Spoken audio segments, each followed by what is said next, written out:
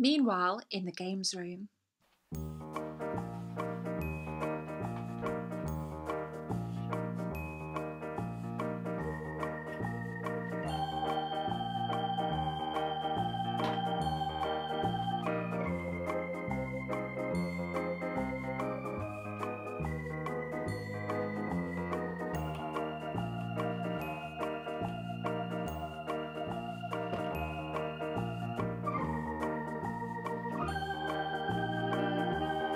A few moments later. What's up guys, Gemma here and Arthur here and back again for another video and I'm going to talk about our Let's Be Collaborative.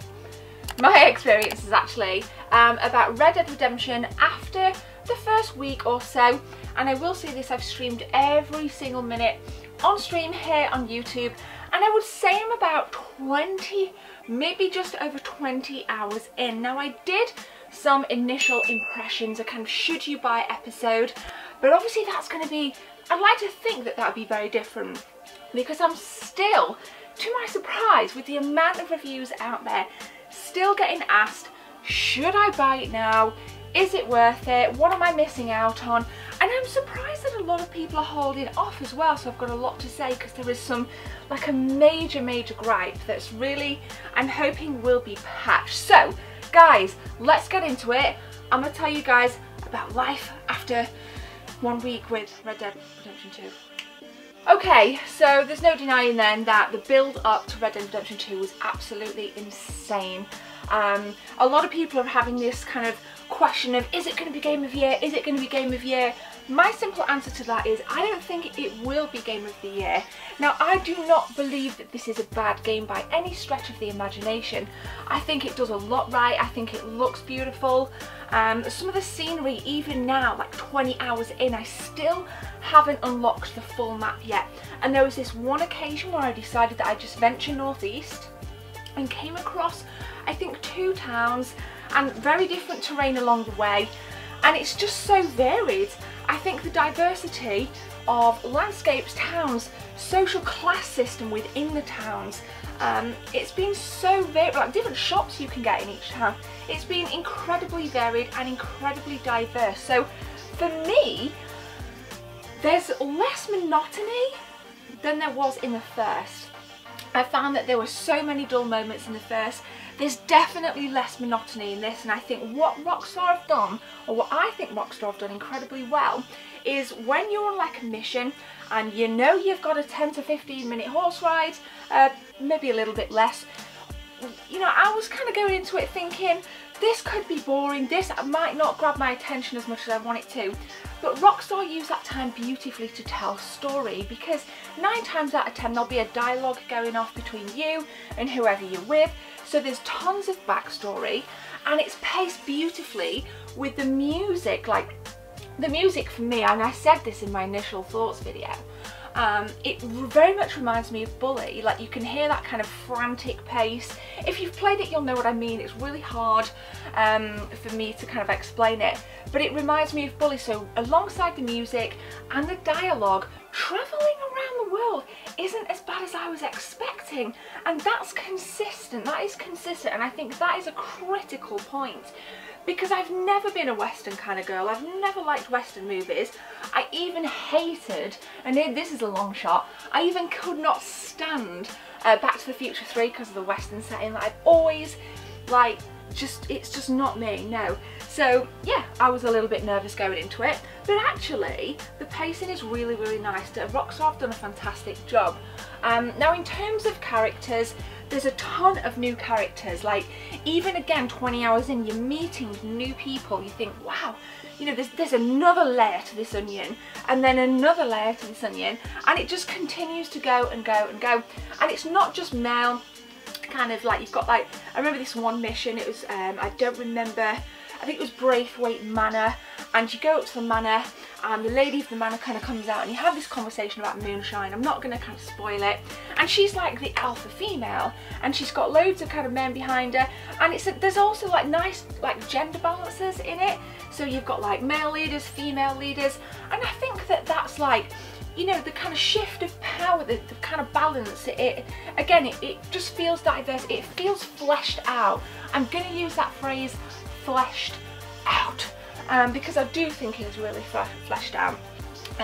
Every single voice actor as well that I've come across is on point. It's great to see John Marston. When I made the first video, I found John, but I was yet to kind of have any further like interactions with him. Again, I don't want to spoil it, but John Marston does have a good ass presence in this game. As we know, this is set before Red Dead Redemption. I believe the end game, the end game finish, I'm not going to tell you what year it is, but the end game finishes a few, because I haven't completed it yet, I just read it. The end game finishes a few years after the start. So I guess the build up to John Marston going into 1911 in the original game, I guess is quite prevalent, so that's really nice. Now, the thing that really lets this down, and the thing that for me prevents it from getting Game of Year, is the combat.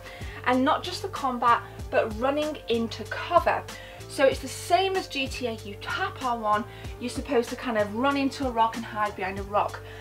That movement feels very, very clunky, and more often than not, I have been dying unnecessarily when there's been a rock 3 feet away from me. I've gone to get into cover and I may have stood on an apple and the game just starts to kind of, you know, not bug out, but it prevents the movement from being autonomous, and that really pisses me off, because by that point I've already had five guys from the, you know, the opposing gang just shoot my face off. So it's a little bit annoying. The combat's clunky as well, especially on horses, because 9 times out of 10 your enemy, your target isn't in front of you, you've got to turn around. Now that can be done by pressing R3 if you're on PlayStation 4. That to me, and your horse will just kind of carry on without you controlling it, so it gives you the ability to turn around and shoot who's behind you. But even that's clunky, as sometimes you go into Deadeye, and sometimes you press in R3 and you don't go into the actual movement. So again, then you lose your life. So it's really, really clunky. So I'm just giving you a heads up. Red Dead Redemption 2, it's a fantastic game, but the combat needs to be patched. And every single person, that would be ridiculous. To my surprise, it's so many people have brought it up to me in chat. Like, oh, the combat's really clunky. Sorry, Arthur. The combat's really, really clunky. So I'm glad you guys are picking up on it as well. It's not just like me that's thinking it. It really does just kind of anchor the game back just that little darn bit. So, initially when you start out in chapter 1, it pretty much is your tutorial. Like I said in my first video, you're just met with snow and mystery. You can't really see out across the plains. You know, the draw distance is like here because it's snowing. So, you know, you kind of Rockstar makes you wait to kind of see the beauty, and it's drip fed really nicely with different towns, different landscapes, different animals. Absolutely everything comes at a really nice pace, like I said earlier on in the video. Now, one thing that I can offer to you guys as a tip, a quintessential tip, is at your camp. What I found, and I didn't realise this till maybe halfway through chapter 2, so I must have been between 10 and 12 hours in. Funds were pretty darn low. So I didn't really have the ability to donate much to camp other than with food, and I didn't really have a chance to upgrade my camp, but when I did, I really felt the benefit, because you can pay to upgrade your ammunition station, your med bay, your cooking station. You can upgrade tents so people, you know, and it's not like The Sims by any stretch of the imagination. These things actually add value, because every time you're in camp, you can go and you can fill up your arsenal, you can get all your ammunition back in the bag to go out there, and then you can replenish. Like, you think, well, does it just regen? No, you have to pay to replenish, and it's only like $15. So it's a small amount by Red Dead Redemption currency, probably a large amount of money for $18.99, but by the game standards, $15 isn't that much. So long as you kind of keep on top of things, replenishing, then you're golden. And somebody said, oh, can't believe there's no fast travel in this game, can't believe there's no fast travel in this game. And I'm like, yeah, dude, what's all that about? Fast travel, you have to upgrade your camp. I'm not going to tell you which part of the camp you need to upgrade, but there's a certain thing you have to do in the camp to upgrade something to enable it. So far I've realised that you can fast travel only from camp, so you can go out but you can't kind of come back in. Now that may come, I don't know, like I said, I'm only maybe just over 20 hours into the game. Maybe that will come, we will see. But let me know your comments in the comment section below, but please don't forget to upgrade your camp. Shout out to Wazza, I know you're watching this. Wazza said, like, I haven't done anything to upgrade my camp yet, and he was quite far into it, so that's why I wanted to mention it. So 20 hours in, we've got beautiful landscape, we've got gorgeous diversity, we've got very different social class spectrums within the towns, within the cities. It is bustling, then it is quiet. The script is drip fed to you beautifully at times when it can often seem quite boring when you're just travelling on horseback. Combat is frosty, combat is sticky, combat needs to be patched, but other than that, this is a fantastic game, and if you haven't got it yet, guys, I suggest you go and fetch it. Now, I will be finishing this on stream, so make sure you guys hit that subscribe button, and make sure you guys just leave a like. I'd really appreciate it, because on Friday we've got a little giveaway to do, and we've got a massive retro game haul to come. So that will be in Friday's video, so make sure you subscribe to catch that. Right, we're going to go, aren't we, Arthur? I love this thing, just need to find somewhere to put it. Thank you very much for watching, guys. I hope you're having a great day. My name is Gemma. See you in the next one. See you soon.